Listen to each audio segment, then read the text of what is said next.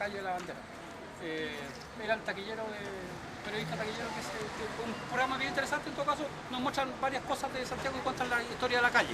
Se reduce fundamentalmente a que durante la independencia, inmediatamente después de la independencia, un comerciante de esta calle decidió empezar a construir banderas, a elaborar banderas y a venderlas.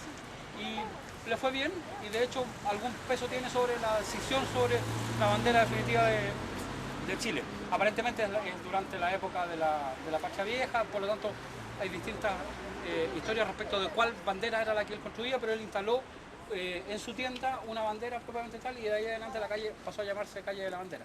En general, como decíamos antes, casi todas las calles de Santiago tienen más de un nombre, porque finalmente la ciudad tiene más de 350 años y los nombres de las calles centrales por lo menos han ido cambiando con el tiempo. En este caso específico estamos sobre la calle de la Compañía, llamada así, ahora se llama Compañía Jesús, pero en realidad la calle Compañía, porque esta manzana completa que está aquí fue ocupada desde muy temprano por la Compañía de Jesús, por la famosa orden religiosa que, si ustedes se fijan, en casi todas las capitales de América tiene un lugar importante en la plaza. Sin embargo, cuando los jesuitas llegaron a Santiago no había lugares disponibles en la plaza, nadie les donó un lugar central y se vinieron a poner a este lado. Independientemente de eso, la orden de la Compañía de Jesús es una de las órdenes religiosas más influyentes en el reino español. Durante toda la colonia tuvieron una bastante influencia, tanta influencia que fueron expulsados en algún minuto de todos los territorios de la corona española en 1767, producto de unos rumores y algunas otras cosas que se produjeron en Madrid, y los expulsaron a todos de una sola vez, en 1777. Una noche los sacaron a todos y los mandaron a Europa. Estuvieron ahí hasta 1814 aproximadamente. La competencia comercial que se ubicaba también en las misiones. Por supuesto, ellos tenían, por el trabajo misional y todo ese tipo de cosas, y sobre todo el trabajo artesanal también tenían mucha presencia, tenían mucho dinero, habían acumulado muchas tierras y mucha capacidad técnica. Y aparte de eso, formaban los 2 o 3 colegios más importantes de mucho tiempo. Pero, bueno, una de las universidades que se formó durante la colonia estaba aquí. Entonces, todo esto era la iglesia de la Compañía, en este lado, mirando hacia el sur, y detrás de eso el convento de la Compañía de Jesús, el colegio, uno de los colegios de la Compañía, y a partir de 1800, o sea, como los jesuitas fueron expulsados en 1767, la iglesia de Santiago se quedó con los terrenos, y después el Estado de Chile se quedó con los terrenos que tenía la Compañía. Y por lo tanto, la iglesia quedó funcionando aquí, pero una iglesia que se llamó siempre Iglesia de la Compañía, pero que no pertenecía a la Compañía de Jesús, era una iglesia del arzobispado de Santiago, una iglesia diocesana. Y detrás de la iglesia funcionó durante mucho tiempo los colegios de la Compañía, y durante una época más antigua la botica de la Compañía de Jesús. Por eso la calle de Morandé se llamó durante muchos años la calle de la botica, porque la primera farmacia propiamente tal, seria que hubo en Chile, fue también obra de los jesuitas, que tenían una suerte de protoquímicos, podríamos decir, que venían de Europa también y que habían logrado desarrollar un conocimiento bastante importante sobre remedios y otras cosas más. Entonces, los jesuitas estaban ahí en esta manzana completa. A partir de 1850, cuando ya el Estado de Chile se había apropiado los terrenos, se decide construir en esa zona el Congreso Nacional. A partir de 1850 se contrata a un arquitecto francés, Brunet de Mainz, arquitectos de los mismos que participaron en la construcción del Teatro Municipal, y se empieza a instalar el Congreso Nacional. El Congreso funciona en Chile desde 1804 aproximadamente, es uno de el segundo Congreso más antiguo en América Latina. 1811, 4 de julio, Bernardo O'Higgins apareció en la escena política nacional, en la escena de la independencia, precisamente porque fue elegido diputado de ese Congreso. Él llegó a Santiago en 1811, justo a la misma época en que venía llegando Carrera de Europa, y coincidieron aquí en Santiago el diputado O'Higgins y Carrera, que venía llegando. Por supuesto, el Congreso empezó a funcionar mucho tiempo antes que estuviera el edificio en otros lugares. Entonces, esa fue la función. Y la iglesia de la Compañía, que estaba en esta zona donde está hoy día el jardín.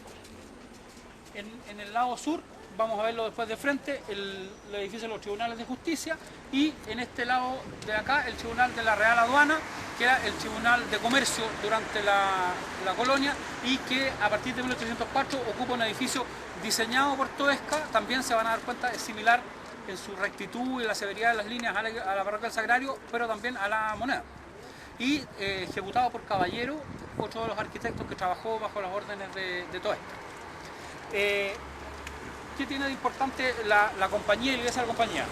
En 1863, diciembre 8 de 1863, al finalizar el mes de María, una ceremonia religiosa muy importante se había instalado en Chile desde 1850 aproximadamente, junto con todo el movimiento mariano a nivel mundial. El dogma de la Virgen María se estableció en 1854 y se produce entonces toda una ceremonia que tiene que ver con la competencia hasta que las distintas parroquias hacen para traer más fieles. Y la iglesia de la compañía se adorna completamente con gran cantidad de velas y guirnaldas de papel y cosas por el estilo. Una iglesia muy grande, había aproximadamente 2.200 personas al interior, fundamentalmente mujeres y niños, y eventualmente algunos indígenas y algunos otros personal de servidumbre. Las mujeres vienen a la iglesia fundamentalmente acompañadas de niños o de personal de sirvientes que les traen los cojines o las alfombras donde se instalan. En esa época regularmente las iglesias no tenían los asientos que tienen hoy día, por lo tanto la gente se instalaba en el suelo con cojines y esas otras cosas. Entonces se produce un incendio durante la celebración de la finalización del mes de María. Un incendio terrible, trágico. La iglesia tenía 3 puertas, una a cada lado de oriente y poniente y una hacia el sur. Y la iglesia se produce en torno a la mitad el incendio se produce en torno a la mitad de la iglesia y comienza a caer material desde el techo, se bloquean las puertas no se abrían hacia afuera, se abrían hacia adentro, la estampida es horrible. Como resultado de eso mueren cerca de 2.200 personas. Es la tragedia más grande que ha sucedido en Santiago en gran parte de su historia. De hecho, las crónicas de Vicuña Maquena o de otros sostienen que no hubo familia que no hubiera perdido algún ser querido en ese incendio. El trabajo, imagínense, de traslado de los cadáveres quemados, calcinados, el reconocimiento, fue una cuestión realmente que dejó a la ciudad absolutamente conmovida. Tanto es así que los jóvenes liberales, entre porteños, norteamericanos y otros que estaban instalados en Santiago, decían crear el Cuerpo de Bomberos de Santiago, 1863. ¿Se supo las causas de este incendio? Sí, las velas. Y tanto adorno que había. Los liberales como Vicuña Maquena, muy anticlericales, le echan la culpa a la iglesia directamente del incendio.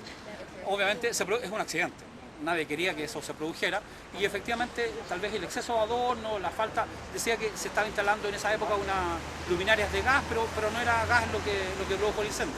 Si hubiera sido gas habría habido una explosión, algo más violento aún. Vamos a leer un extracto del día, lo que publicó al día siguiente, el miércoles 9 de diciembre, el diario El Ferrocarril, uno de los medios más importantes de la época en Santiago, refiriéndose a este incendio que en el día de hoy es recordado a través de la estatua que ustedes pueden ver, no la vemos entera, está tapada bien por el árbol, una estatua que es una réplica en definitiva, ese monumento es una réplica de otro original que está en Avenida La Paz, frente a la entrada principal del cementerio general, ¿no?